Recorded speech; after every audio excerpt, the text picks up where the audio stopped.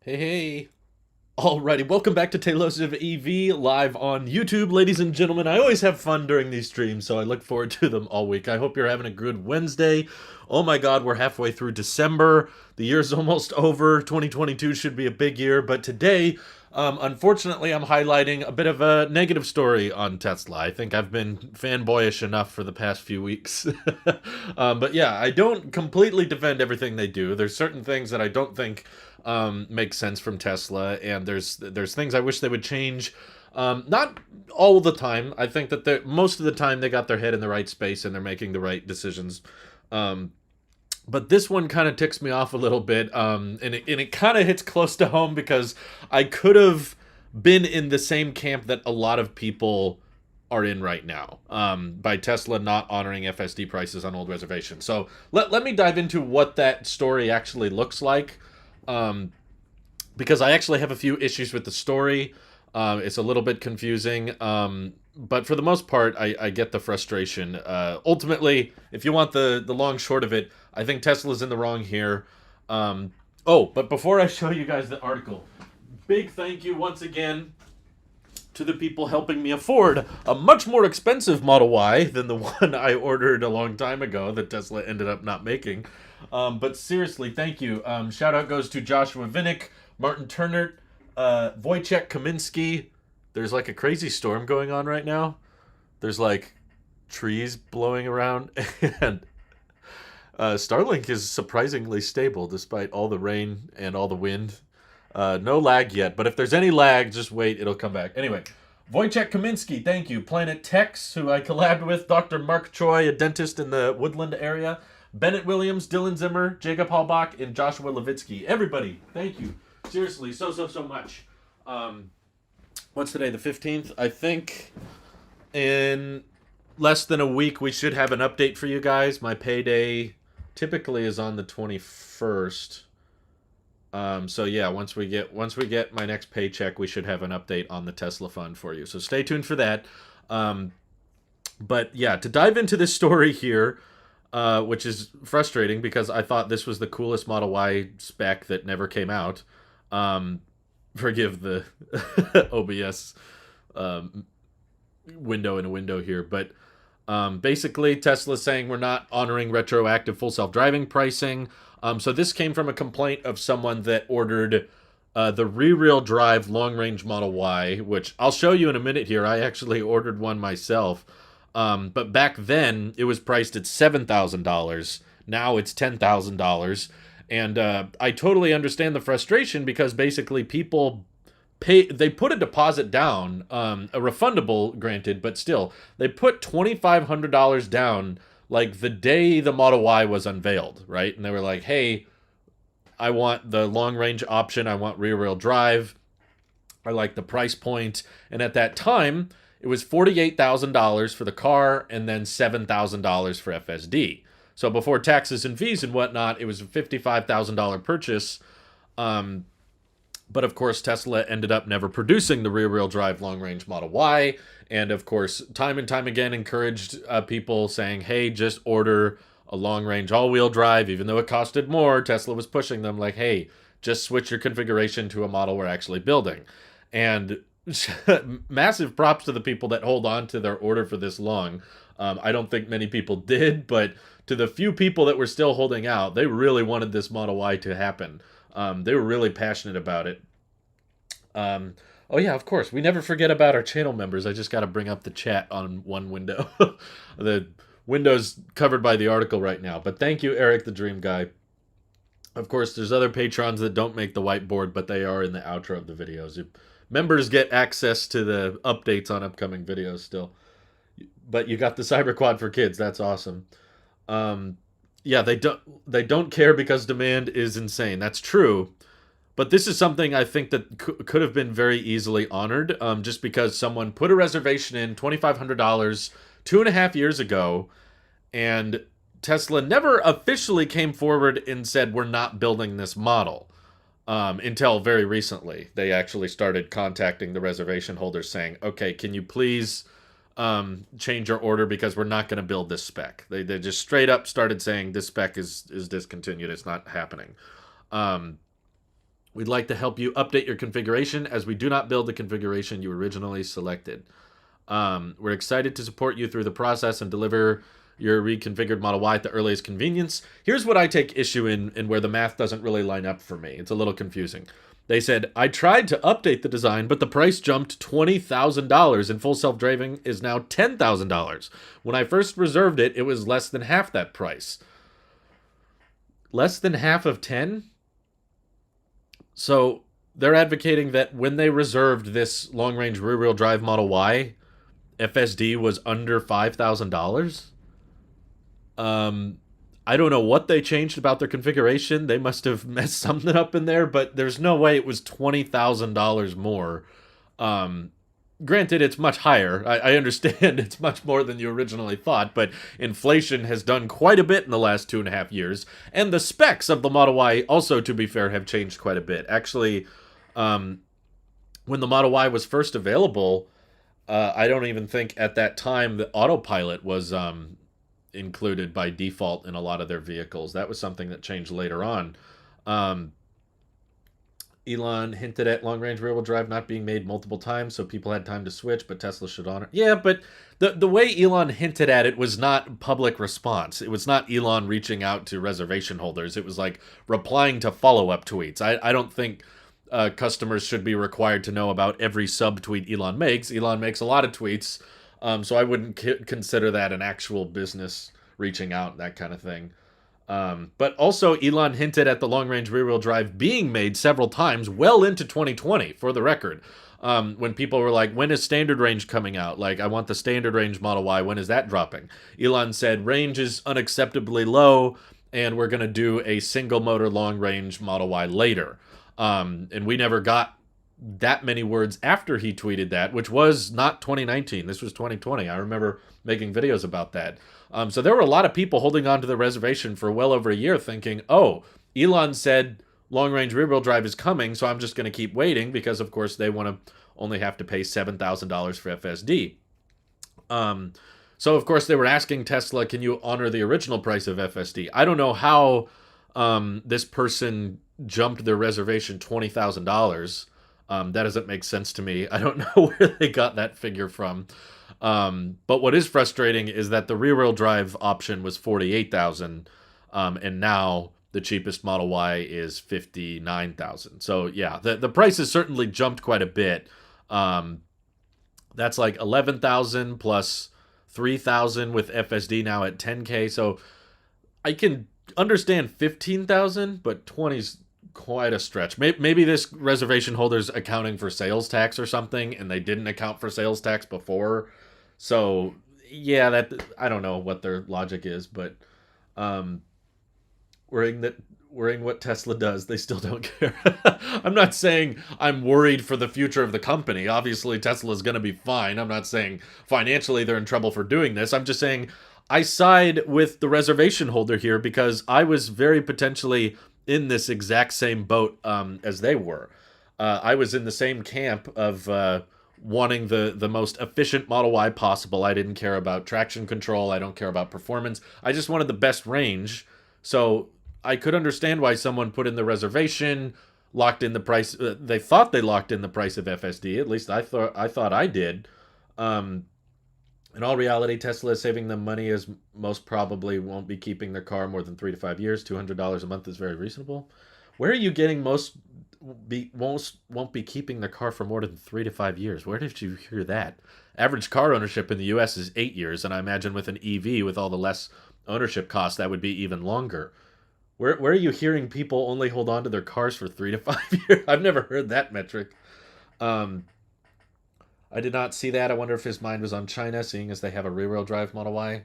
Well, China has a standard range Model Y, so if your argument is that Elon reply was referring to China, then why would he say standard range would be too low? Because they did launch a standard range there, and they still have one in China, for the record. But I actually have a little bit of an exclusive scoop for you here. So yes, like I've referenced before, we did order a rear-wheel drive long-range Model Y. We actually filmed the process, but of course we didn't go through the order because we decided that it would be smarter to prioritize paying off our house. because the pandemic hit and our jobs were in jeopardy for a minute there. So we weren't really sure what our income was going to look like. So that's why we decided to prioritize debt. But as we discovered long term, even if we did keep on to our Tesla reservation, it wouldn't have mattered. We would have had to pay full price now. So I have the video for you here that I'll let you guys watch because I figured it should be somewhere on the channel. Even though it didn't end up going through. It gives you a little blast from the past. So the video I'm about to play for you guys is from January 3rd, 2020. So almost 2 years ago. Enjoy. After lots of anticipation, we've decided to buy our second Tesla. This one's working fine. I've heard this one is a little bit bigger. We're sold on it. It's the hatchback. At the time of recording this, I don't even think it's out yet. It's still not out, so we're just going to reserve it. We're going with long-range rear-wheel drive because we don't really care that much about performance. I like the chrome delete, though. It's already black, so we don't even have to change that after the fact. But it sits higher off the ground, way more cargo space than the Model 3, even though it does look very similar. I give it that. That's okay. We're willing to wait. We can be patient. We're good with the white. We like the white color. Red is cool, but it's an extra $2,000. That's okay. We can dip it later, right? We can plasti dip the Model Y if we want to. All right, we're good with 5 seats. We don't really have a lot of situations where we even use 5 seats in our current car. We'll get a second Tesla once we have our 5th child. Yeah. Full self-driving, though. This is very important to me. So I'm going to check that box. And hopefully that locks in the price point, which means that even if it goes up later, we reserved it with full self-driving checked. All right. Let's get an overview. Pretty basic model, but hey, they don't have long-range rear-wheel drive on the Model 3 anymore. The fact that we get that now is kind of sweet. And we're going to use Apple Pay, of course, on the iMac Pro. The only way to order one's Tesla. There's the reservation. Here we go. You will receive an email confirmation with your order details within 24 hours. We did it. High It five. finally happened. Yes. Yuff! We got the Hedgehog okay. Enjoy your interest-free loan, Tesla. Make my car now, please. All right. It's out there. We gave Tesla interest-free loan for a couple months. So yeah, again, I was a little bit hesitant there because a year later when Tesla started saying they were planning on doing, Elon started saying in the replies that they were planning on doing long-range rear-wheel drive, I was like, oh crap. If I would have just held on to my order, we probably could have got it. But now, even longer wait, we've realized, no, it probably, even if we held on to our reservation, it probably wouldn't have mattered. We would have been forced to upgrade to something else. Plus, we're getting very, very close anyway now.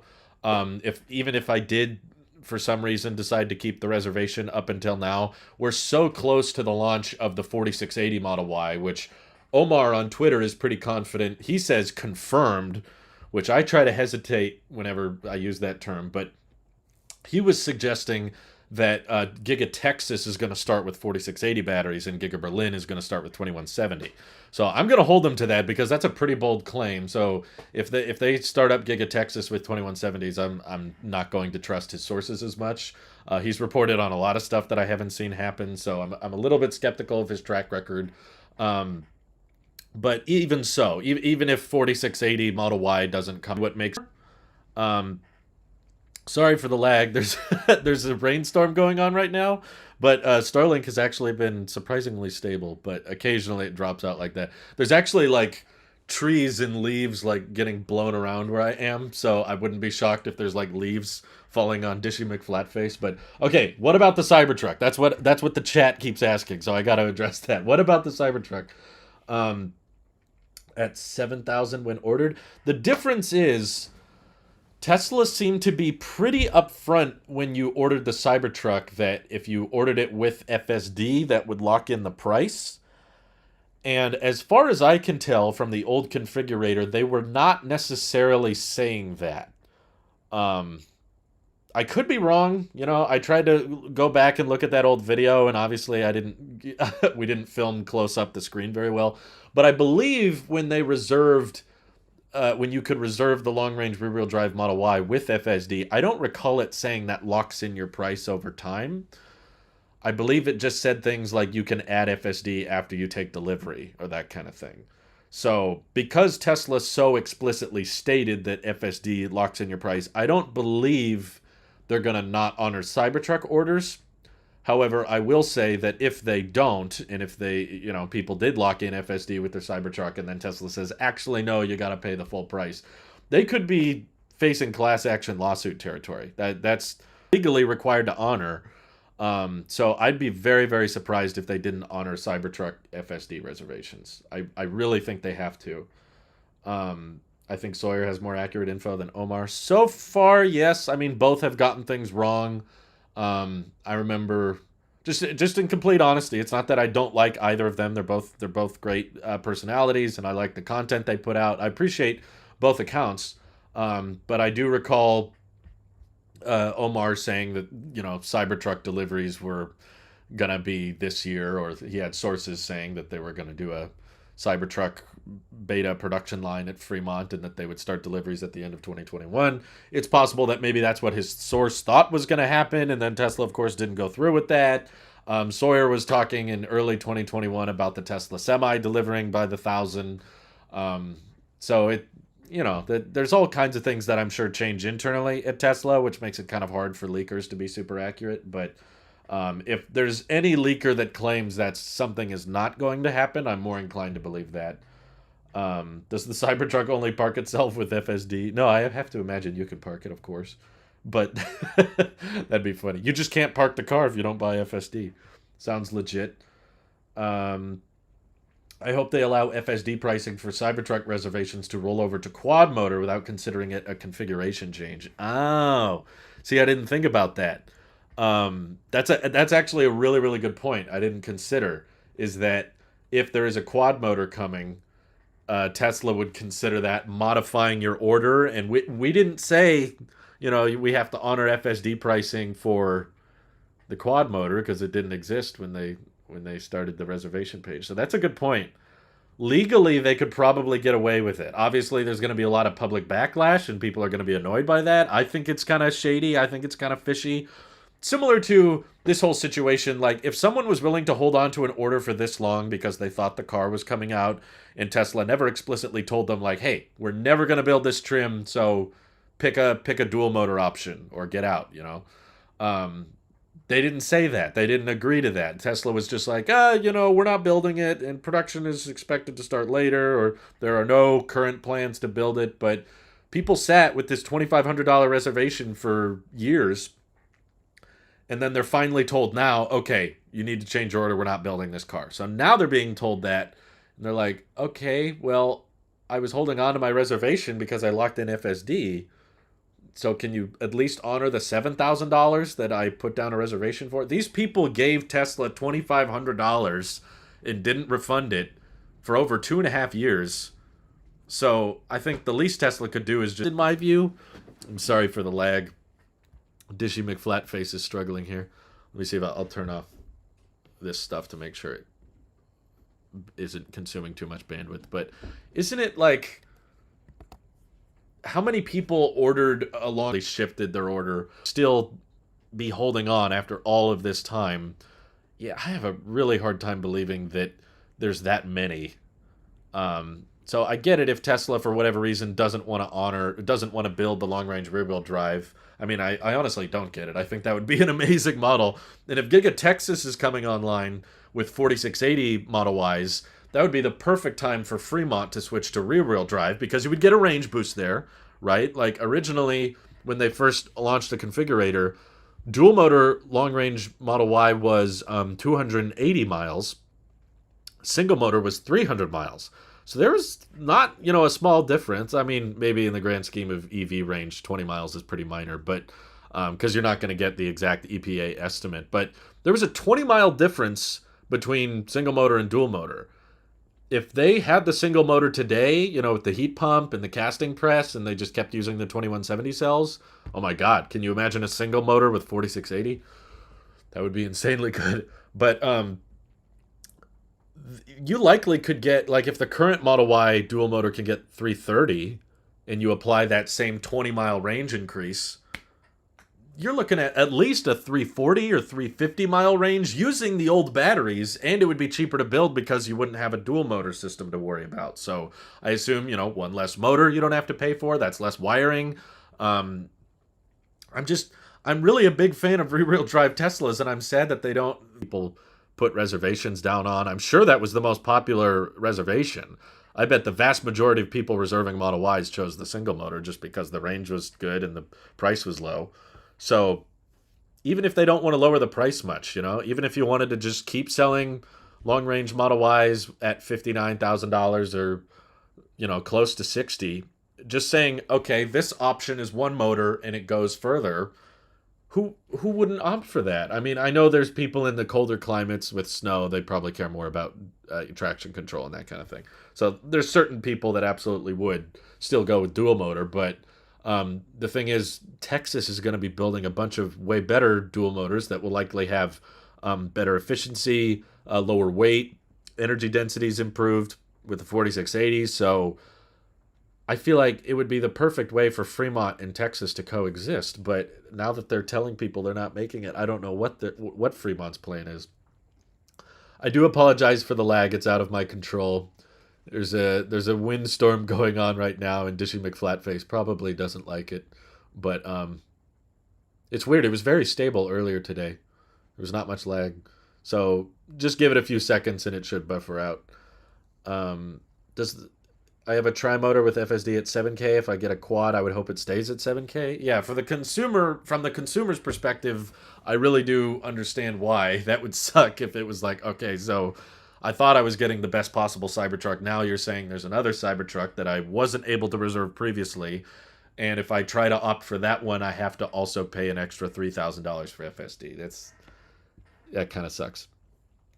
Eddie says I miss those cute little wheels. I actually it is kind of funny looking. I'm looking at the 18-inch Aero wheels on the Model Y. They were quite small. I actually think they look better than the Gemini wheels. I'm not a huge fan of them, but I'm a fan of their functionality. Like I like the way that the 20-inch wheels and the performance wheels look, but I don't like how they make the ride more stiff. I don't like how they're more prone to pops, um, and going flat, and I don't like um, the how they hurt the efficiency. At least Tesla's being upfront about that now. They actually disclose if you go with the bigger tires, you're not going to get as good a range. So I want the better range. I want the smoother ride, and I want them to be less likely to go flat. But yeah, the Gemini wheels just don't look very good. I know a lot of people hate them, my wife included. My wife is not a big fan of the 18-inch Aero wheels. Um, I really like the way they look. Let's see. Just sent you a DM. That is my Cybertruck order agreement. I don't see FSD locked in anywhere. Well, it should be part of the. It should be part of the Cybertruck pre-order um, pre-order terms and conditions on those. Like, why even let people lock in the price of FSD? That was like one of the very few options the Cybertruck order page even allowed for, was simply just locking in the price of FSD or not locking in the price. That was something they bragged about quite a bit. So it'd be weird to me if they didn't honor that. Um, yeah, no, this warranties, but he's sending me his order agreement. This looks like the same as if you just click the terms and conditions on Tesla's website. Um, if the final pricing based on your vehicle configuration will include taxes, um, yeah, they're talking about in this. I've read this before. I've referenced this before when I tell people that reserving a Cybertruck does not lock in your vehicle price. FSD is locked in, but the way the website worked, the way they advertised that, I'd be pretty shocked if they didn't honor it. I think they would get sued, which is not worth it. I actually think, depending on how they worded the FSD purchase at checkout way back in 2019, depending on how they worded it, they might get in trouble for this. I could actually see people catching them on some contract or something. But yeah, if you say like this locks in your price as it increases over time, and then you increase it on them anyway, sure, it's not like Tesla will go bankrupt for this mistake, but it's something consumers will rightfully be annoyed and angry by. Um, so yeah, does the new Model Y coming out of China have double glass all around? I heard that it has. Well, they kept referring to it as acoustic glass on the back. I'm not sure if that means all the way around, but definitely more than the Fremont made Model Y. Are you going to get anything outside base Model Y? It reduces wait time if you do. It's possible.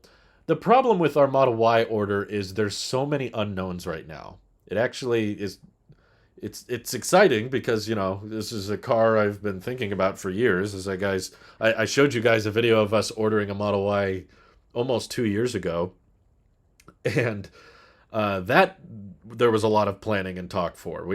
That was as close as we've ever gotten, basically. Well, it was like all up in 2019 we were planning on getting a Model 3 of some kind. And then when the Model Y sightings started being shown and it started to become more evident, oh, that the Model Y is going to deliver early, which had never happened in Tesla's history. It was like they said it wouldn't come out until the fall of 2021, but I think it's actually coming out in the spring.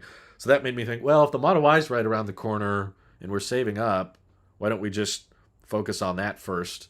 Let's just focus on the Y since that's coming soon and it's more practical and the prices were pretty good for it. At least at that time, $48,000 for a 300-mile range Model Y. Ugh, what I would give to pay that now. I would still take it, even if the range numbers didn't increase. If I could save 10 grand and just get a Model Y with 18-inch aero wheels and 300 miles, I'd be like, done. But the more I think about it, the more I go, well, the 4680s are right around the corner now. So there's always something that's about to launch. But the reason I'm thinking about it so much is just because I do plan on owning this car for a long, long time. So I want to get something that's, future proofed and built to last. And now that I've seen the AMD Ryzen chips started debuting in and more Teslas in China, I think it's only a matter of time before they switch to AMD Ryzen in the American made models. So I think that's around the corner. Of course, the acoustic glass in the back. So there's all these things that I hear about, and I'm like, okay, I definitely want to make sure ours has that. But the problem is we don't know the range of the 4680 Model Y. We don't know the price. We don't know the delivery timelines. And the other difficult part of the equation is, okay, we have a target here, the target being the Model Y. The target's moving. We find out about 4680 getting closer, and then sometimes it's like, oh no, we're going to start with 2170s maybe, and it's moving all over the place. The price is adjusting, and we don't know if ordering a Model Y today makes sure that you get a 4680 Model Y when that's available, or am I going to have to order a Model Y and then change my order to whatever they call the 4680 option, or is it just going to be bunched in with long range and you don't know what you're getting? Is the range going to be way better? Is it going to be about the same? You have that moving target, and then there's me that's trying to aim for the target, but I'm also moving because my income is extremely unpredictable. As a, as a full-time YouTuber, you can have months that do really, really well and months that do really, really poorly. So I'm moving a bunch and the target's moving a bunch. So it's very difficult for me to tell you exactly like what Model Y we're getting, because if it turns out that in order to get the 4680 Model Y, you have to spend $70,000. I'll be like, okay, I think that's a little too much. The Model 3 ain't too bad. I'll just go with a Model 3. And we'll just not have as much practicality, but hey, I'll have $20,000 in my pocket. So I'll take that. But if the 4680 Model Y comes out and it's, $60,000 and deliveries on it are not too far away and the channels perform decently, then I'll be like, okay, I'd rather just go for that because I'm going to own this car for so long. I'd rather just get the long range, and I'd rather get the newer batteries because they're supposed to have a much higher cycle life and all that. Simultaneously, better weight. That's another thing that I think had this conversation on the EV stream last week, is there was someone that's like, I'm torn between dual motor Cybertruck or dual motor Model 3. I don't know which to get. And I'm like, keep in mind, size for one, very different vehicles. So parking that or storing that in the garage. But also the efficiency is drastically different between those two vehicles. Even though the range is, okay, they're both over 300 miles, who cares? But the difference is the amount of power the Cybertruck will use to go 300 miles will be much higher, which means it takes longer for it to charge, or it's going to charge, not necessarily longer at superchargers, I mean more so at home charging. But at superchargers, you'll get charged the higher rate because more recently supercharging has moved to charge time and charge speed. So you're charged a higher rate if you're charging at a higher speed. And essentially, the cost per mile of driving the Cybertruck is probably going to be like twice as high as the Model 3. So to go on a road trip with the Cybertruck could be $100. Same road trip in the Model 3 could be $50 just because of the amount of energy it's consumed. We don't know that, but I do know that the efficiency and the weight of the Cybertruck is almost definitely going to be much higher than the dual motor Model 3. So it's not just a matter of like, okay, price and range is similar, therefore I can throw those factors out. So that's what gets me somewhat excited about the 4680 Model Y, even if the range isn't that different, right? Because we're still unsure how Tesla's going to handle that. Some people are saying, they'll just use less batteries to save on money and get close to the same amount of range with the 4680 Model Y. And then there's other people saying, no, thanks to the weight savings and thanks to the improved energy density, the 4680 Model Y will have 400 plus miles of range. We're not really sure which one they're going to do. It could go either way at this point. They haven't really detailed that. Like, part of me is looking at battery day. At battery day, they openly said, like, this allows us to increase the range by 10%. This allows us to increase the range by 5%. This allows us to increase it by 15%. So all of the different battery breakthroughs they talked about allow for range increases. Like, they openly said, this lets us up the range a bit. So if that's the case, and if you apply all those percentages, then you'd be looking at a 400 plus mile range Model Y. And that does get me excited, and I'd probably be willing to spend a lot on that one. But even if the range doesn't change much, and the long range 4680 Model Y is still like 330 miles EPA estimate, or maybe it's 340 or 350. It's not that different. It's like pretty close. The difference is, because it's using the new pack, the efficiency should be far better, which means that even if the range is the same, it's likely using less kilowatt hours to go the same distance, which means it'll be cheaper to operate, it'll be cheaper to charge than the 2170 Model Y that they're releasing right now. So yeah, it's a complicated situation that I don't have a lot of answers for, because Tesla can't give me very many answers. I would absolutely love to hear Tesla's plan for this option. Can I order a 4680 Model Y specifically? Or do I just order a Model Y now and hope that they happen to choose one when it's time to take delivery? If that's the case, I probably won't even do a Model Y, because I don't want that much uncertainty when ordering a car that expensive. I was like, what kind of batteries does it have? It's like, I don't know. Maybe if you're near the factory, you'll get 4680s, but if you're in California, you'll probably get 2170. I'll be like, come on. What's the status on Giga Texas? It's still under construction, but they're doing a lot of internal work, and they're fine-tuning the assembly line. Like the last interview I saw with Elon, there was a Model Y line behind him. So they're definitely building pre-production units right now. And I believe they've submitted paperwork that says that they should be ready to go at least by the end of the year.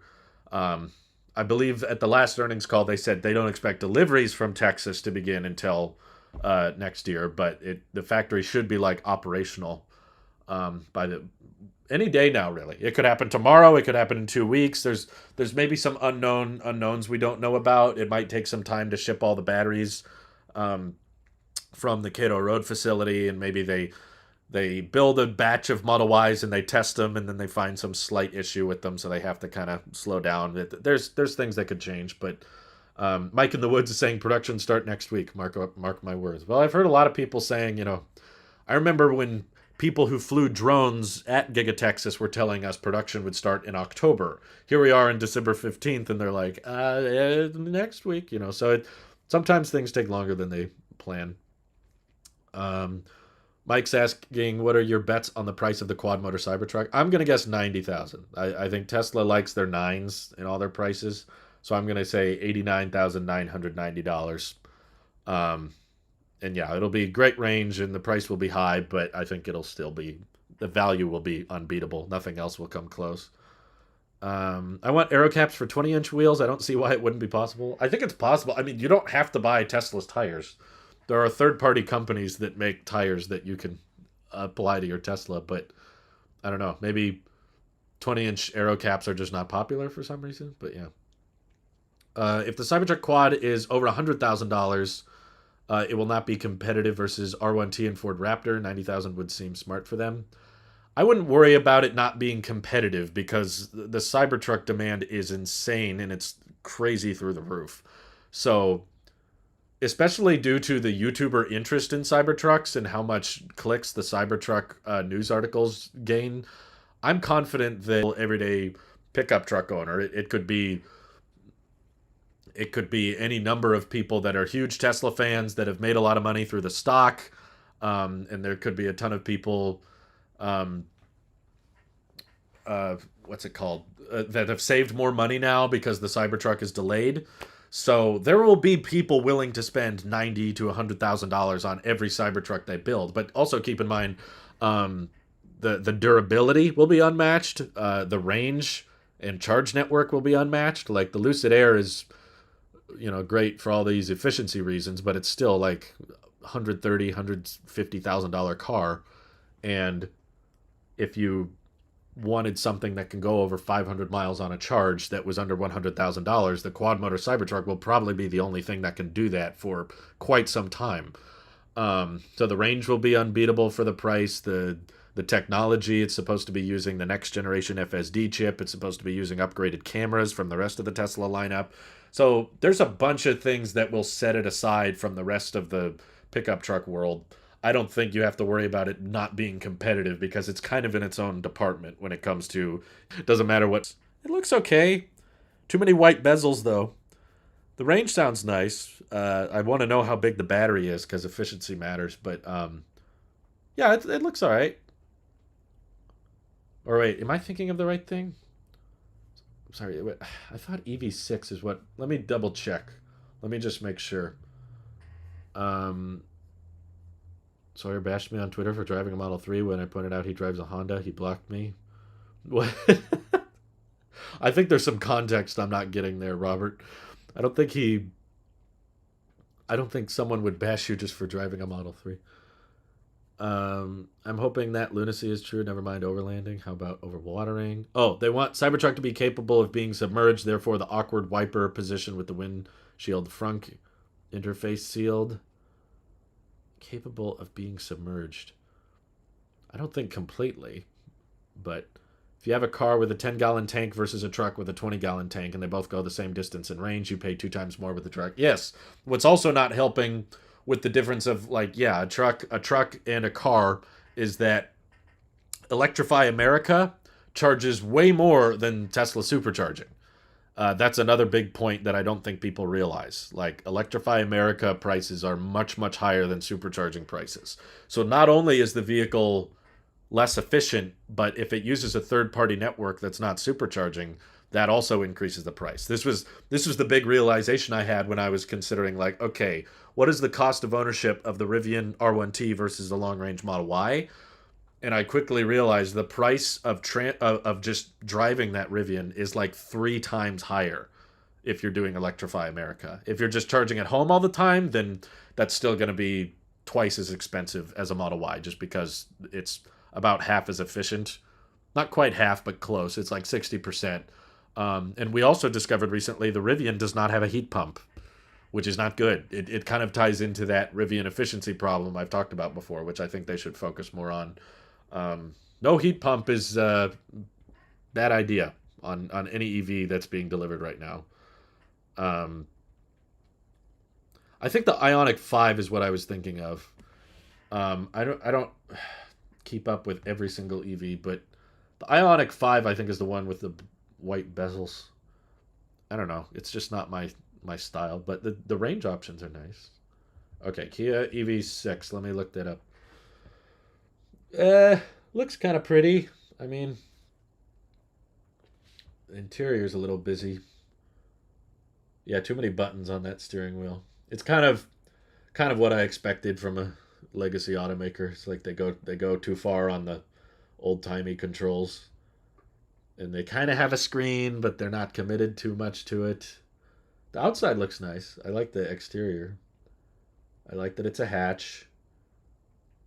Um, Range is decent, but yeah, I want to know more about the efficiency. That might have been public. That may have been published. I don't know. It's just whenever I talk about non-Teslas on my channel, like hardly anyone's ever interested. Yeah, that was in the EPA filing. The R1T does not have a heat pump, which I would consider a strike. That's like, oh, that's not good. Um, so I don't think they need to worry about Cybertruck being competitive. Order your Y, use it in videos, and write off the payments for your YouTube business. I think people don't quite understand how write-offs work. They just think, oh, you write it off, it's free. It's like, write-off means you don't have to pay taxes on that. It doesn't mean it's free. You're not exactly saving money by writing off. You can only write off interest on loan payments. You can't write off the entire loan. Um, so yeah, it's also something I just don't think people put much time into. If you write it off for your channel, then you also have to keep track of miles that are used for your channel and miles that are used for personal use. There is a difference between those two. You can't just say, well, the whole car is for the channel. Because if you get audited and the IRS is like, have you driven this car to like go pick up groceries or pick up a family member from the airport? That's not for the channel. So it doesn't work as well, especially a vehicle that expensive. If you're doing like small electronics, that kind of thing, it doesn't matter so much. Um, but big expenses like that, it's not that simple. Also, I'm not convinced that the Model Y you can order today will have 4680 batteries, so that's why I'm not in a rush to order one. Um, let's see. I wonder if sometime in the future Tesla will offer 4680 retrofits for older Teslas. It makes very little sense to from their perspective because the 4680 already is in super high demand, extremely low supply, and it hasn't even started production yet. But even when production does start on the Model Y with the new batteries and the Cybertruck, and then after that it'll be the Semi, there's all these vehicles that are in desperate need of 4680 batteries, particularly the Cybertruck and the Semi. Like they can't use anything else. They won't release those vehicles with any other type of battery. So the idea that you would have some 4680 batteries to spare, and instead of selling them into a new vehicle to come out, you instead offer them to an older vehicle that's already been driving around. The thing is, I don't think the battery health is going to degrade that poorly, as badly as people think it will. At least from all of the long-term reviews I've seen on Model S and X's and Model 3s, people have put well over 100,000 miles on their Model 3s. They don't see like substantially bad battery degradation. Like even with harsh usage, they still can get around 90% their original stated range. Um, so it's probably not worth it to them because the amount of time and labor that would have to go into, like the way they build Teslas currently, they're not really designed to just pop the battery out very easily. It's like this whole process of unscrewing everything, taking everything apart, and then you'd have to add these new batteries and attach all the wires to them. And the 4680 is optimized for the structural pack. So if you put it into a non-structural car, um, 70 says 12% degradation on mine at 34,000 miles. That doesn't sound exactly right, but I wouldn't trust the range number in the car. That's proven to be inaccurate by many Tesla owners. If you just charge to 100% and the number it gives you is not close to the EPA figure, that's normal. I wouldn't consider that the official degradation of the health because people will see a certain number and then they drive a certain way and charge to 100% and the number changes. Or they'll be at a lower percentage, and if if they're at 10% and the range is a certain number and you apply that by 10, it doesn't equal what the range says when it's at 100. So it's kind of hard to tell the exact percentage of the battery health from my experience of lots of people trying to check, but there's also time. Um, let's see. R1T doesn't have a heat pump. I just think over $100,000 is too much. I was completely okay with $80,000 for my tri-motor plus FSD, but that's insane for a truck. It's insane for most people, yes, I agree. But the argument that there wouldn't be enough people ordering a $100,000 Cybertruck, I disagree with. I think the Tesla fan base is huge. The charger network is insanely big. And the specs that the quad motor Cybertruck will offer will be unmatched. And the demand is supposed to be very limited when they first start. So I don't think they're just going to start Cybertruck deliveries and boom, we're at 200,000 a year. Like, it's going to take time for Cybertrucks to ramp up. And if during that ramp up phase you're only able to deliver a few thousand a month and you're hoping to scale up, but you're still limited by how many batteries you can build, Cybertruck's going to need a lot of batteries. So if you're selling 5,000, you know, 7,000 a month, there will be, I think, enough people willing to spend big money, especially because of how many loans people do these days anyway. Especially Tesla people are known for taking out loans. And they know the range is so high and the charge network's so good and the vehicle's really durable. Plus, it attracts so much attention. It's like the most iconic EV, I think, ever unveiled so far. There's nothing else that can get away with no logos, and people all know around the world what it is. I'm not saying the demand for a $100,000 Cybertruck is there's going to be higher than it is for a $40,000 F-150 Lightning. I'm just saying there will be a market for $100,000 Cybertrucks for the first year of production or so. And then once they scale up, they could probably bring it down. But I think they'll be insanely high in demand. AJ says, how do we know Tesla is not honoring FSD reservations? Because they reached out to people with old reservations and said, well, we're not honoring them. We're not talking Cybertruck. I don't know why what was her name, thought I was clickbaiting. Because I'm showing the exact vehicle you had to reserve. And if you reserved it with FSD, Tesla's not honoring the original FSD prices. When I charge mine to 100%, it says 265 when the EPA is 315. Very inaccurate. Yeah, I wouldn't trust the 100% range figure number. That has not proven to be reliable. So just because the 100% number is 12% lower than your EPA range, I don't think that means your battery has degraded 12%. It's just the way it calculates range is an algorithm depending on your driving and depending on how much of the battery it's consumed so far. So they're not honoring reservations of people that ordered the long-range rear-wheel drive Model Y. There's no evidence that they're not going to honor FSD of the Cybertruck, but it's now more likely, I guess. I should have clarified that the car is not fee, but there is tremendous tax advantage with the right accountant. You technically have a business. I know, I do write-offs. I've done write-offs for my business before. I've spent a lot of money on my business. I'm just saying that the write-offs are not saving that much in the grand scheme of things. You exchange taxes with you exchange interest payments with taxes. You don't exchange the entire price of the vehicle, so it's still it doesn't save as much as you'd think. I know there's a lot of people that seem to think, oh, it's for the channel, so it's basically free. It's like, no, it's still a lot. You can only write off the tax, but you can amortize the car over 4 years. You'd probably spend about 1/3 less when you account energy, but it's not free. Thank you for the super chat, Taker. He said, do you see EV credit becoming upfront discounts? I don't understand why people obsess over the tax credits so much. I know that I don't look into it very much because I don't think it helps or changes anything. If that does end up being the case, which I think there's some politicians that have said they want it to be that, where the tax credit takes off upfront cost of the vehicle. If that happens, all the prices are just going to go up. There would be no sense in keeping the prices the same if everyone got a point of sale for all these vehicles. All of Tesla's vehicles, they're in incredibly low volume, but everything that's not a performance vehicle is super backordered as is.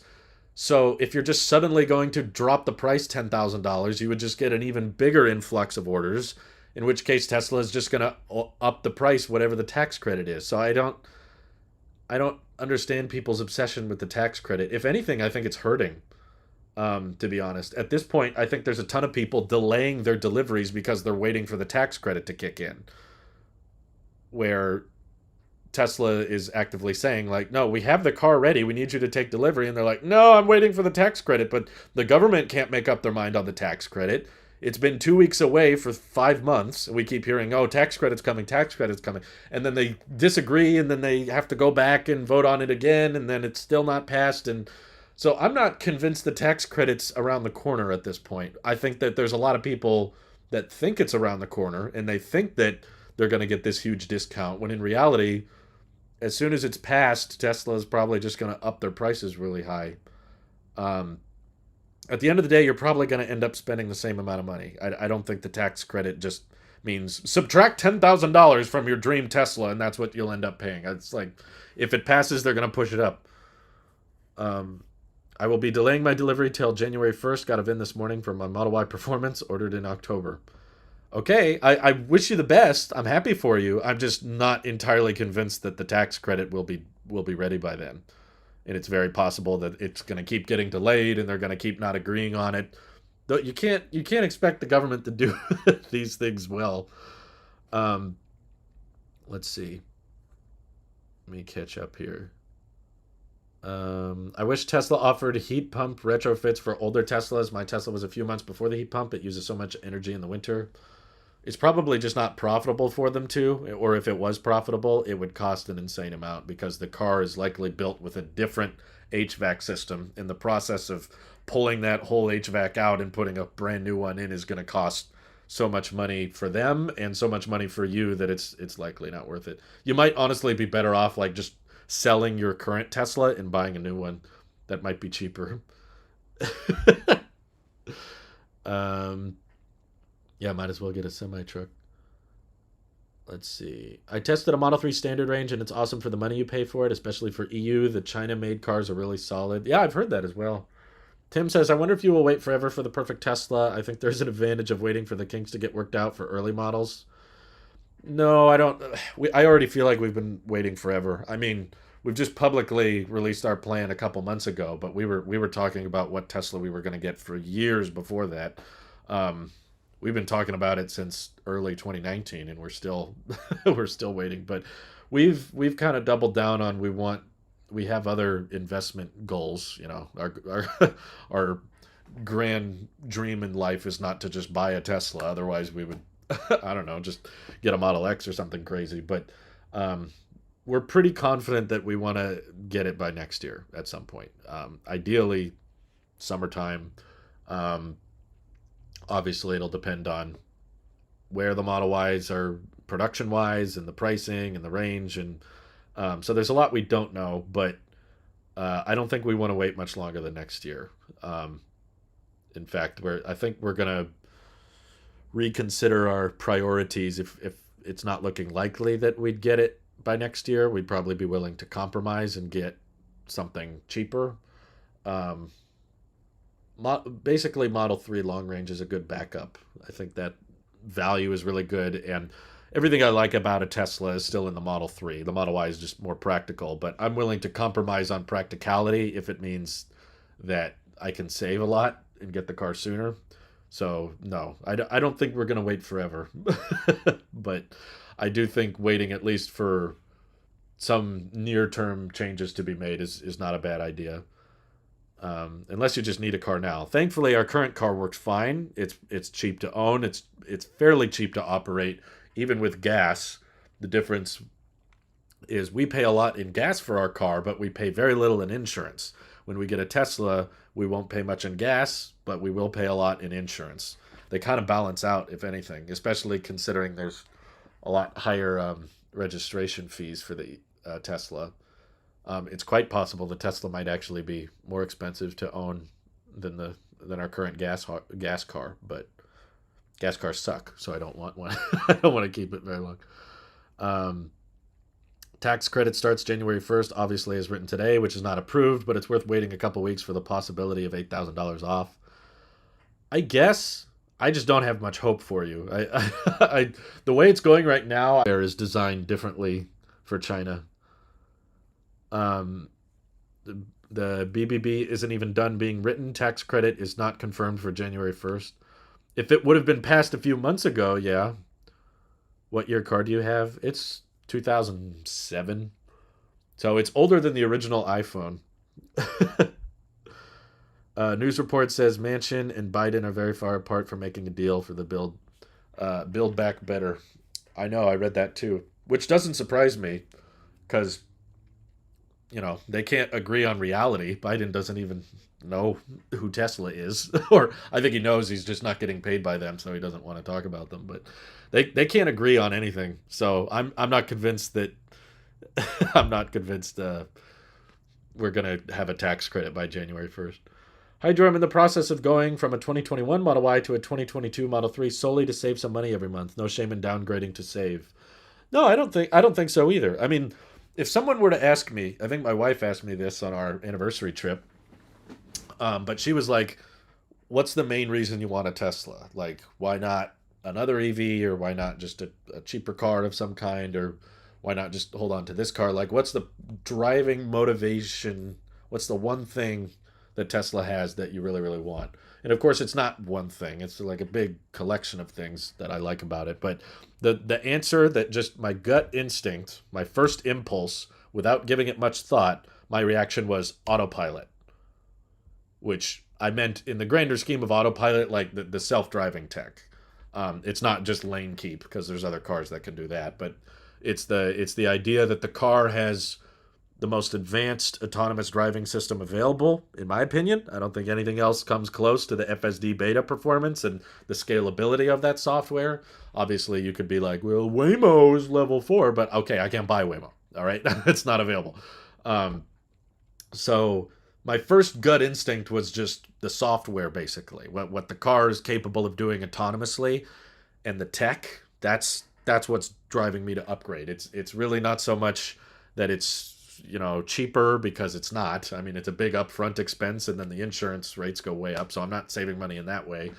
And then I'm I don't drive a crazy amount. I guess it's kind of increasing now. Our lifestyle's been changing a bit, so I guess I'm driving more and more. But I like being able to charge from home. But there's other vehicles I can charge from home. There's cheaper vehicle EVs than Tesla that would still probably get the job done. But it's the software and the tech that's driving me. So yeah, the Model 3 has that, and the Model Y has that. So it's not like Model 3 is out of the question. It just kind of depends on how the Model Y lineup is, and how well the channels perform. That's another big variable. Um, yeah, Jacob says, I'll never switch to another EV because of FSD. Yeah, there's a bunch of things Tesla has going for them, but I think the self driving tech is what keeps me there above all. I mean, the other things that definitely help are the charging network. Every time I look into a non Tesla and the hoops you have to go through to use Electrify America, and the costs of Electrify America, and the inefficiencies of those other EVs just make the whole ownership experience even more expensive. So that certainly turns me away and makes me not interested. That was probably the biggest reason I wasn't sold on the Rivian. As cool as it was, and as much as I loved the product, I was just like, man, this road trip with the Rivian would not even really be cheaper than gas. Granted, it's a electric pickup versus my little sedan is pretty efficient. It's got good mileage, and it can go almost 500 miles on a single tank, and it's small. So yeah, it's it's certainly going to be cheaper to drive a R1T on a road trip than a gasoline powered pickup truck. But um, just the rates of Electrify America being so much higher and the efficiency being so much worse, yeah, that was not helping. I don't trust any other self-driving tech right now. It's all kind of unknown to me, not to mention some are geo-locked. Yeah, I feel like the geo-locked self-driving stuff is just not even used. Like, how many people are actually using Super Cruise, even if they have access to it? Um, Tax credit plus peak ramping at Giga Texas equals insane dollars the government would need to shell out over the next 10 years. Yeah, I don't think it helps anything. If anything, we should just look at trying to remove certain taxes. Um, if you wanted to reduce sales tax or something on certain EVs, or uh, just start removing more and more taxes. But yeah, you can't ask them to remove anything. That's too much. Um, 1-1 is start date as it's written today, even if it's not signed by 1-1. I know, but I think we honestly could be months and months away from it being signed. So um, if we're months and months away, it's very possible the bill can change, and I don't even know how it's supposed to work if it acts retrospectively, goes backwards. I think they're doing the math on how much money would go into EV incentives. A tax credit to Tesla is like giving 4 superstar high school seniors to Alabama. Why not wait a week? I'm not saying it's a bad idea. I'm just saying it's kind of unlikely to work out. Um, I would say the chances of you getting the tax credit on your EV is fairly low. But if you're in no rush, yeah, of course. No, I'm not saying don't do it. You can do what you want. It's your decision. 100% sales tax on gas cars, 0% on EVs, like in Norway. I've mentioned that, but some people get angry because they're like, "Well, Drew, some states don't have sales tax, so how would it work there?" And I'm like, I don't know. Just it's going to be unrealistic, and it's just going to complicate things further if you try to apply a big $8,000-$10,000 tax credit across all EVs because there's going to be so many EVs in the next few years, and Tesla's going to be ramping them like crazy. So, um, yeah, the last thing you want to tell people is you can get $7,500 off a Tesla. I don't think the wait time will be 3 years. I just think the prices are going to go way up and cancel out any potential savings you could have offered. So, low chance for waiting a week is better than no chance if I take the car next week. Yeah, that's fair. That's fine. That's fine. If they do somehow miraculously pull it through, you'll get a discount. So that's good. It's not a bad move. It's not a bad idea. I should be clear about that. I don't think it's a bad move. Um, so good luck, I guess is what I'm saying. I hope it works out for you. But especially if it's supposed to be a point of sale rebate, I don't understand how that would work backwards. What happens if you've already taken delivery, and you've already paid the price? I don't know what's supposed to change there. If anything, I think the tax credit is hurting because there's just going to be a bunch of people that keep delaying their order. Not saying you're wrong because you have a timeline in your head. You're like, okay, I'll take delivery on the first of the year, but I won't wait any longer than that. That's fine. But I think what might become problematic is there's going to be a growing number of people that keep postponing their order because they're like, oh, the bill hasn't been passed yet. I don't know when it takes effect. So now the bill has been adjusted. So we got to push it to February 1st. So now everyone pushes it to February and they're like, oh, we're still not done yet. Now we have to push the bill to March. So everyone keeps pushing their orders back to the point that Tesla probably ends up just canceling people's orders. Um, is that time of taxes filled in 2023? 2023 starts the point of sale rebate. Oh, currently. Yeah, I think that policy keeps changing. Um, that's the difference, though. If a lot of Teslas, but keep in mind, Tesla's non-performance Teslas are almost all sold out for 2022. So if estimated delivery gets pushed into 2023 and Tesla knows that the purchase price of those vehicles is going to have 8 or 10K shaved off, why not up the prices now before people put their orders in for 2023, you know? Um, Test drove ID4. It was terrible. Really? Terrible? Did you try doing a turn in that thing? They're so cool. I mean, I did a test drive in one. I mean, it's no Tesla, but it's the turning radius. The turning radius is super duper tight. I like that steering wheel. I know it's white, but it felt sturdy. I liked it. Tesla will make repeat delayers go to the back of the line and be subject to upcoming price raises, so tread carefully. That's that's what just frustrates me the most about this whole EV tax credit thing. I think Tesla knows what they're doing legally, and they know how to change the fine print to $25,000 Tesla or something tomorrow. We all know that the orders on that would be super duper pushed out because they wouldn't be able to build enough of them for 5-6 years. So there's no real point in selling an EV that you can't deliver for 6 years because the demand is too high. So that's all the tax credit does, is it just increases demand, which is already too high. So Tesla's just going to up the prices to account for that, and it basically doesn't change anything. So I whether you take delivery now or you take delivery a year from now, I think you're going to end up paying whatever Tesla wants you to pay, and they will adjust prices accordingly to make sure you pay the same amount, basically. The cost to build, and it's more about the demand there is for them. I think that's what matters at the end of the day. I was moved to the end of the line for not taking a car 3 months early. Oof. Yeah, I don't really trust those reservation estimates. They seem to change a lot for people. I know a lot of people that were ordering their car and it said you'll take delivery in July, and then they moved them way up until January, and they were like, okay, I'm not ready, and they're like, okay, well, you got to order now or else you get pushed to the back. So that it's probably a very tricky algorithm for Tesla to even come up with because you have so many people canceling, which means there's a huge influx of Model Ys likely available now for people that didn't think they were going to have one available.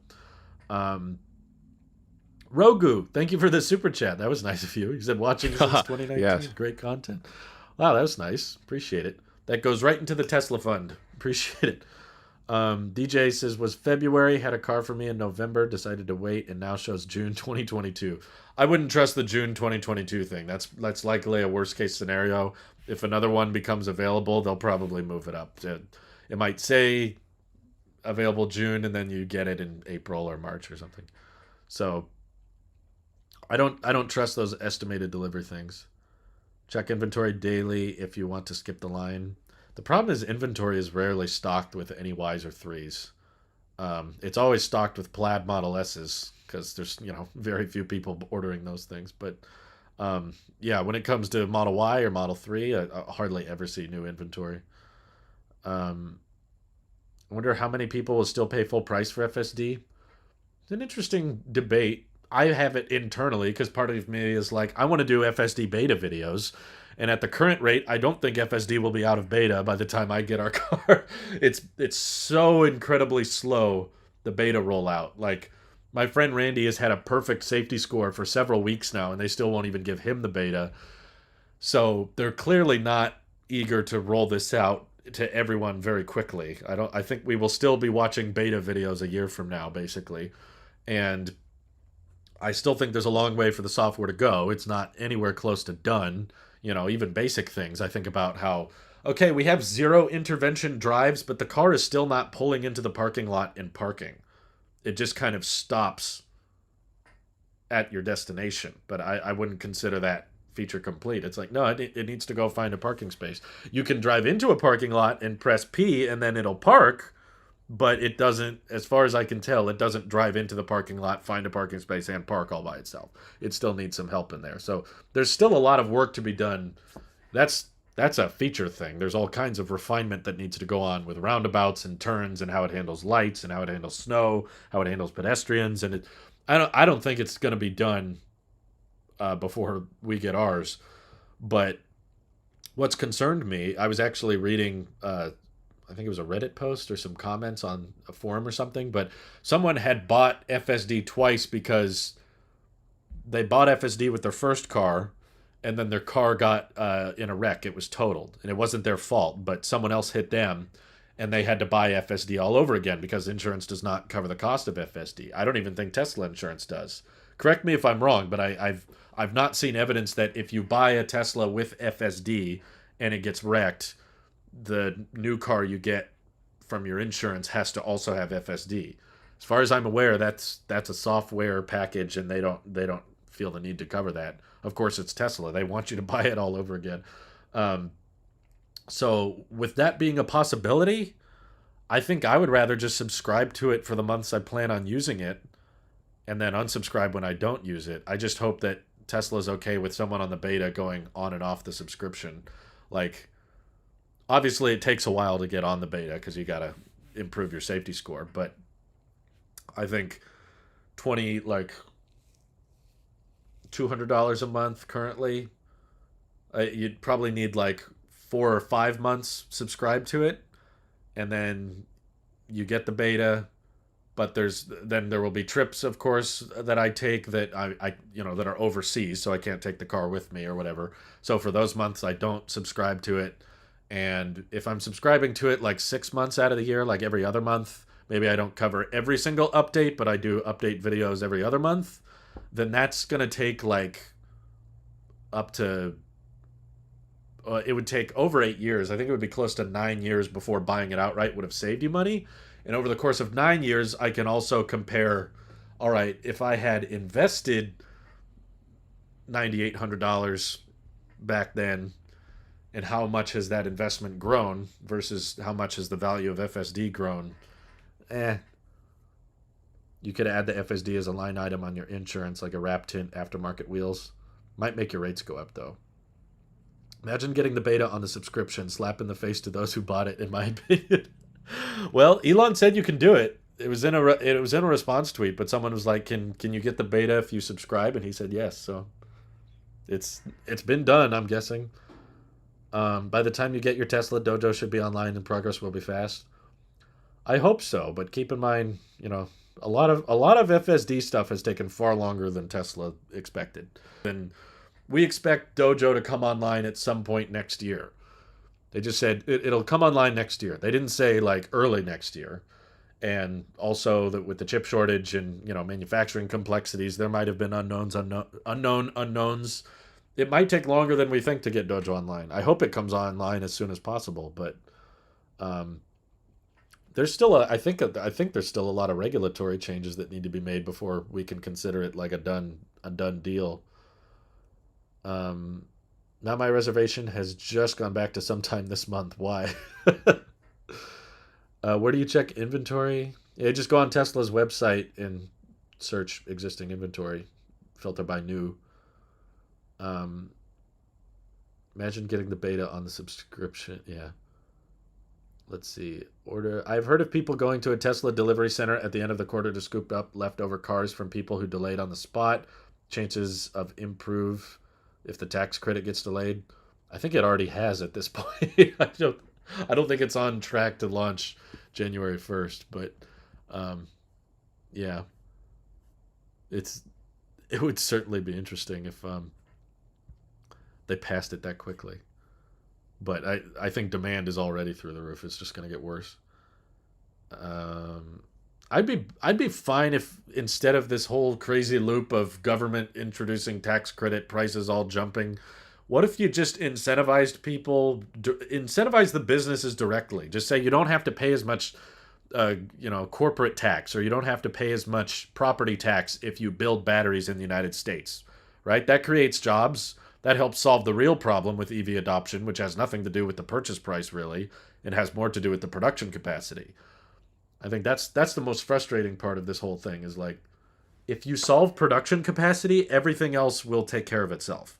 If your argument is that the range isn't high enough, production capacity will allow them to make certain vehicles with lower prices but with still good range. If your issue is the price isn't low enough, then if there's more production capacity, they can take a smaller percentage of profit off of each vehicle. So once you have the production capacity, you can make cheaper EVs, you can make longer range EVs. I guess outside of that, charge network needs to be expanded on. Maybe incentivizing businesses to build more charge networks, but I think that's part of the bill.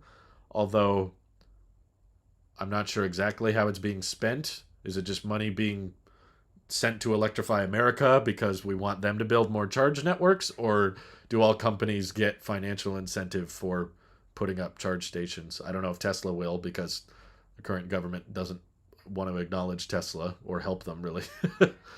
um, you can add the FSD as a line item. Yeah, I want to see how that works.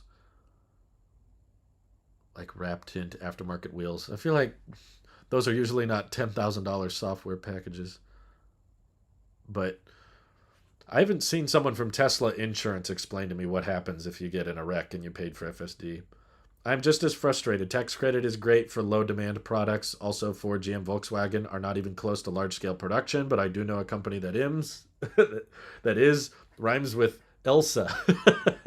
Tesla Elsa. Yeah.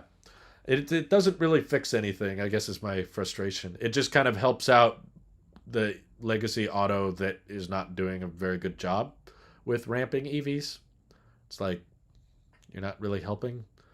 Um, I would say I'm not saying the government can't provide incentives. I'm just saying provide incentives that fix the actual problem, um, instead of incentives that don't really change anything. But I mean, there's a crazy bill in California trying to get passed where they want to charge people money for having solar panels, which I'm like, you realize like no one would buy solar if you started doing that, right? It would take away all potential advantages of switching to solar, which is directly a disadvantage. You're actively discouraging people from buying renewable energy, which I'm like, what is the point of this? With some bill, I don't think it'll get passed. It sounds too ridiculous, but the bill was like let's charge people with solar panels $8 per kilowatt a month. So if you had a 10 kilowatt solar panel system on your roof, you would have to pay $80 a month for nothing, basically, other than like, oh, the grid needs management. I'm like, okay, instead of this crazy expensive tax credit that's not going to change the production capacity problem, instead, why don't we just not do that? And if the grid needs to be managed or it needs more funding, and the problem is everybody keeps buying solar panels and then not paying the utility company, and the utility company's like, hey, what am I supposed to manage the grid with? It's like, how about government step in there, help them maintain the grid while we're getting everyone over to a renewable source instead of directly penalizing people for supporting the renewable source. Worst part is new construction is required to have solar. That's the funny thing. I've heard that a lot, but I've not seen it play out. I know 4 people in my personal life that have built houses in California over the past year. None of them have gotten solar. So I don't quite get that law. Um, I don't know. I've heard that online though. That keeps getting thrown around. People keep saying all new houses have to have solar in California. And it's like, why are all these people building houses without solar then? A ton of solar panels without batteries is not great. Is not great for the grid. So you're saying it's better for everyone to not have solar? What? How is it not? How is it not good for the grid to offset someone's energy by collecting sunlight on the roof of their house? But that wasn't the policy. If the policy was like, okay, if the solar system has batteries, then they won't be fined. No, it was like any solar panel system. So you're penalizing people to get solar, basically. It's makes no sense, especially considering how many laws California has that's trying to, encourage sustainability and encourage renewable energy. The law for solar is in the San Francisco Bay Area. I thought it was bigger than that. That's not what I read. But oh, for new houses is for the Bay Area. Gotcha. Insert state name here. Tries passing ridiculous bill prompting non-renewable energy. Me, surprised Pikachu face. It's just funny that it seems like with our current government, the easiest way to change something is to come up with some new tax thing. We can't just leave something alone or encourage some type of buying behavior. If it isn't measured, it can be a problem. I agree the bill isn't great, but it is coming from a place of necessity. I just don't think I understand the necessity, right? Because people are like the grid needs to be maintained. Maintaining the grid costs money, but the that's not I don't think that's what people have a problem with. I don't think people are mad that utility companies are looking for more money to maintain the grid. That I understand. The frustrating part that doesn't make any sense is let's get the money from the people that are spending the upfront capital on renewable energy to offset their amount of power. Let's take money from them because if that's your proposal, basically no one will buy solar. There will be almost no reason to buy solar. You eat into all of the cost savings, especially given how high it is. It's like $8 per kilowatt per month. That's insane. Like if it was like $8 a kilowatt per year, maybe, it wouldn't eat into the savings that much. But I don't understand how can it be a problem if not measured? Either the solar panel is providing clean renewable energy for the household, or if it's overproducing, it's giving that energy back to the grid, which helps them. It creates another power source that they didn't have to pay for. You're helping the utility company by making it easier for them. So I don't see how that bill makes any kind of sense. Basically, we should not be passing legislation to penalize people for investing in renewable energy. If anything, that we should continue having incentives for installing that. That's a good thing. We want large numbers of the American people to be buying solar panels. That's a good idea because it helps fund the production of solar. It helps lower the price of solar panels, which It doesn't have to be just people buying them. It can be governments, it can be cities that can now buy solar panels at lower rates because there's tremendous demand for them. So you want a large economy of people willing to drop thousands of dollars on renewable energy. That's a good thing. So you don't want to be taking away those incentives. Aren't they giving a bigger discount for batteries? That's not what I saw. From what I read, that wasn't the plan. Homes are static power models. Okay. And I don't understand in what situation it's good for a neighborhood of houses to have solar, and it would be better if they didn't. Like, what situation does that make sense? Above 5 megawatts is usually a dynamic model for power flow. When the model is static, the power company will buy all the power they need, but the power may not be used. Well, if they're providing the power themselves, isn't that the idea? Solar is still super inefficient though. Well, can you find another renewable energy source that people can buy and put on their house? Or are you suggesting we should just all buy coal power plants? Because in terms of making energy for cheap, natural gas and coal seem pretty good at that, but there's a consequence to it. There's a finite amount of it, and it's more centralized and it pollutes. Yeah, I don't I don't know what your alternative. Solar's inefficient, so let's use what? Started in 2020, exemptions for given for smaller properties or those where PV would be in shade, mainly affects larger developments. Okay. Well, it doesn't sound like people are understanding that bill very well because all I see thrown around on Twitter all the time is people saying all new houses in California need solar. And I'm like, so unless you're in a smaller area and also unless it's too shady or unless you're outside of the San Francisco area, it's like I don't get it. Static power sounds like an oxymoron. Really, the tax credit is for GM since Ford already gets the credit for the Mach-E since Ford has not sold 200,000. That still blows my mind. Ford has not sold 200,000 EVs. The credit does not inject capital into GM since it relies on actually selling cars. Yeah, I was going to say it does. It's basically built specifically to help GM, which doesn't surprise me because in the administration's world, GM is like the greatest automaker of all time, and they've been leading the EV transition. So, of course, they want a bill that helps GM because GM pays pays their political team. But it's so rigged. It's so frustrating. Um, I'm not saying solar is bad. I'm simply saying balancing the system can be difficult. The more solar added without visibility will wreak havoc on the grid for frequency and volt-var balancing. I thought you had mentioned earlier, you said a ton of solar panels without batteries. It's not great for the grid. I'm just saying, is it better to not have them? I don't think, I don't think, I'm sure there could be some problems with power flow if you have a bunch of unmeasured, unbattery using solar packages. Okay, there can be issues with that and how you manage the power and how much power the plants buy. But in what situation is it better for them to not have solar at all? Why would that be better? Probably better for the power company because they can keep charging people money. they get they get higher margins on return.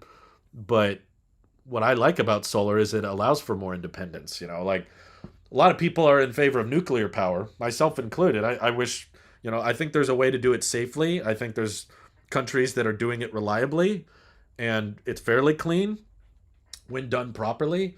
But there's so many places that shut them down or aren't interested in them just because they're scared of if something goes wrong. But I mean, there's all kinds of crazy technology that we've mainstreamed, and sure, there are things that go wrong, but when regulated and watched over carefully, we can experience the benefits from. Like there's a ton of danger involved with flying on a plane, but we've regulated that and we've ironed out that system to get to the point where, okay, we can do it reliably and it's very effective and it helps. And I wish we would have more of that approach toward nuclear energy. It's like, okay, yes, it's dangerous. Yes, things can go wrong. Things can go poorly, but let's find a way of routinely and repeatedly doing it safely and correctly, and we could get a lot of energy that way. But it doesn't matter how much I think that or how much I believe that.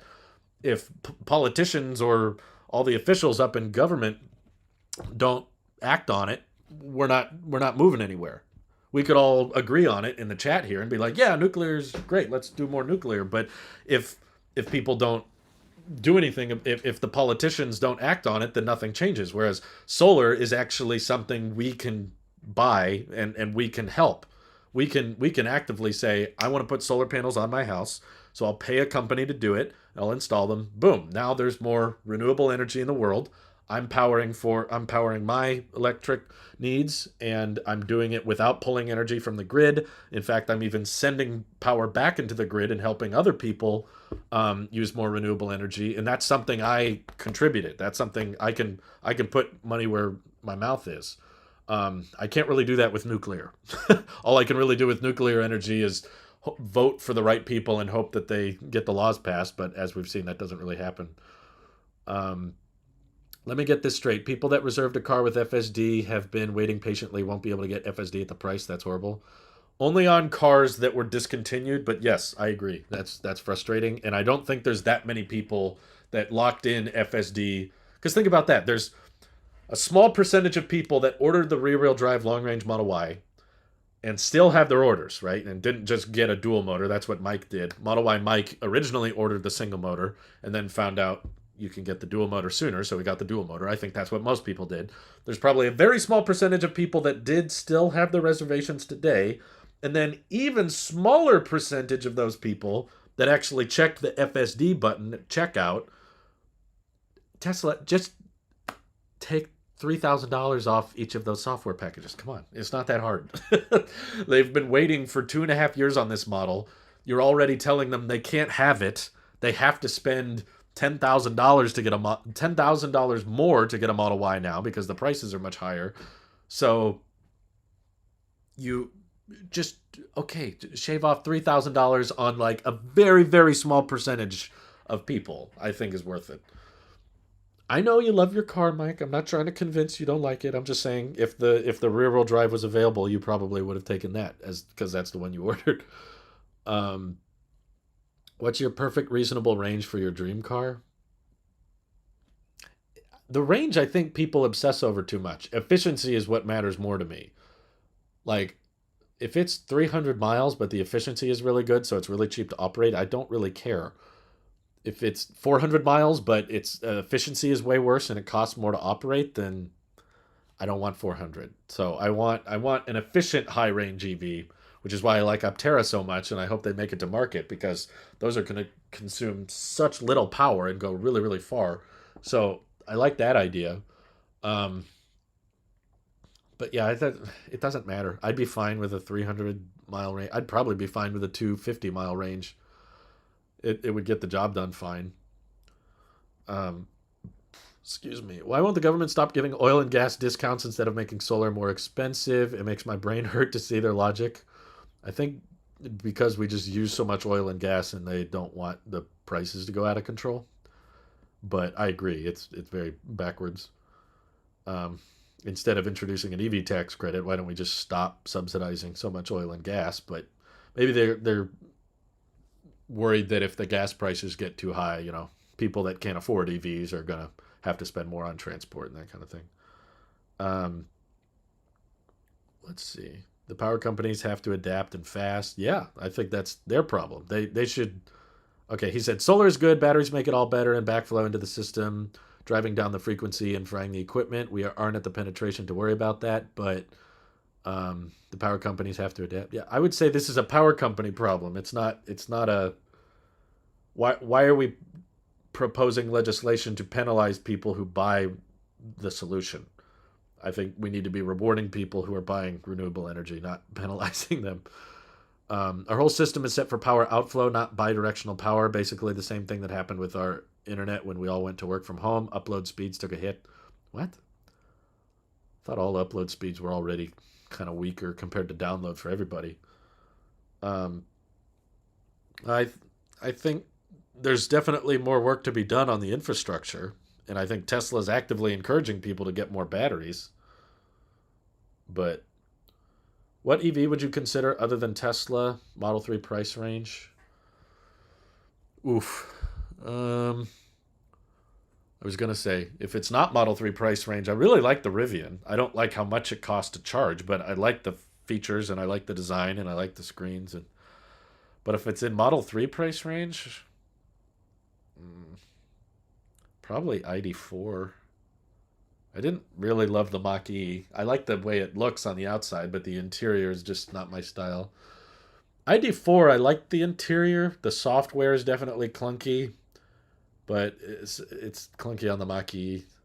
And the Bolt is explosive, so it's kind of hard for me to choose the Bolt. Even though the specs are good, it's like, I don't want that battery. That battery's just going to scare me. But, yeah, I don't know much about the Ionic 5. Maybe I'd get that. Is it out yet? Have they started delivering that, or is this a theoretical thing? I keep hearing about it, but let me look that one up real quick. Yeah, this is the one I was thinking of. I don't like the white bezels of the interior. I don't like this design. Just like two rectangle screens next to each other with a big white bezel all around them. I don't know. The outside looks nice, but I haven't driven one in person. Um, Based on what I have seen and used in my personal life, if I had to buy a non-Tesla in the Model 3 price range, I'd probably get a ID4. I've seen quite a few of them in my area. They're nice. They're practical.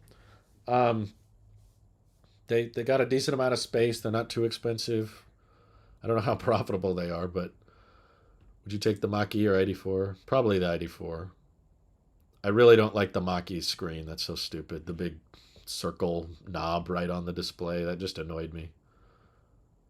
Um, 800-volt charging system like Taycan, 230 kilowatt charge speed. I don't care much about charge speed as much as efficiency. Like, how much is it going to cost to charge this thing? Telosive and Bolt go well together since both explode. Exactly. That's thinking that the government actually there to help. Follow the money. That would explain their actions. Yeah, I know. I'm surprised that Model S has lower drag coefficient than Model 3. It's larger yet sleeker. Science does not compute. Well, drag coefficient doesn't account for total aerodynamic drag. Um, I'm pretty sure drag coefficient is talking relative to the size of the front of the vehicle.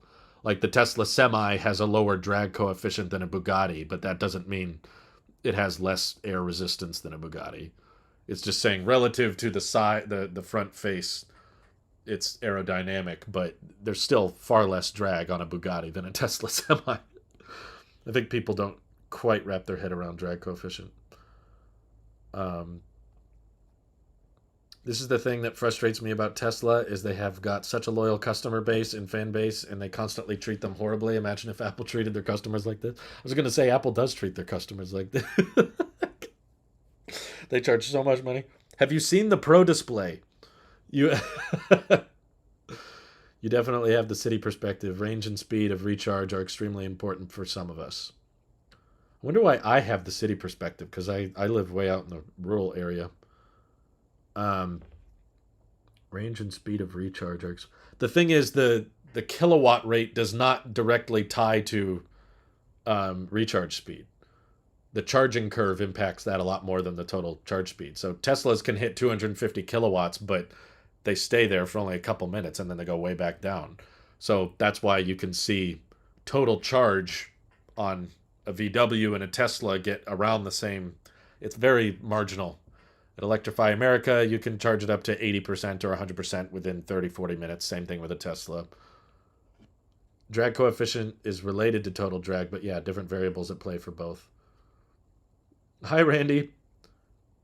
Cybertruck reservations with $7,000 are defunct too. We don't know. That's something we don't know about. All we know is that there have now been people on the record that ordered the rear-wheel drive long-range Model Y. For those who didn't know, that's a model and a trim that Tesla has decided not to build. And there were people in 2019 that put down reservations with FSD to buy that model. And now Tesla said, okay, that trim doesn't exist. You have to change your order to a model that does. And they're saying, can we keep FSD at $7,000 since I've been holding on to this deposit for so long? and Tesla saying no. So they put money down. They put $2,500 down with FSD checked, and Tesla did not honor it. I think they were a bit more upfront about honoring the FSD price as it was locked in, because that's what was said on the Cybertruck order page. So I personally think they will honor your FSD pricing on the Cybertruck, but we do now have evidence of them not honoring when I think they claimed they would, but I'm not entirely sure what the way for the same price as a repair on the Pro Display XDR. A repair, $10,000. You just get a new one for $6,000. Somewhat long range is important to me. I live in Dallas, and my patented live close to 200 miles. Would be nice to make that trip in one fully charged battery. You could, but then you need a charge to place at the end anyway. So I've just noticed on road trips the difference between standard range and long range is not that major.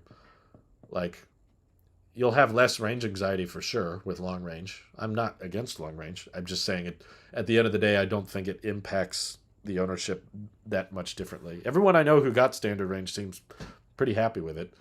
It takes like an extra hour on a road trip, but you can still go everywhere you want to go. It's not like the standard range people are dying on the freeway without a charge. Tesla has helped me with 2 flat tires for free. Can't say any other automaker has done that for me. That's cool. I'm glad they did that. After $10,000, just move to subscription services instead. That's probably more profitable for Tesla. But yeah, range is certainly important. I just don't think after a certain number it makes that big a difference. I don't think the people with 350 miles of range are going to have much more freedom than the people who have 270 miles of range, which is the difference between Model 3 and Model Y long range right now. That's true. LFP is more environmentally friendly. But there's environmentally safe ways to use nickel anyway, so I don't think I have too much of a city perspective. Personally, I just think I just look at the data. I plug in road trips with long range Teslas and standard range Teslas, and I notice the charge time, and I notice the amount of time it takes to get from point A to point B. It's not that different. You save like an hour on a 14-hour road trip with long range versus standard. With what you describe as your weekly driving, you definitely need a standard range. I don't think I need standard, but I would like it if they did it. Obviously, long range is better than standard, that's for sure. There's not really any mandatory advantages to standard, but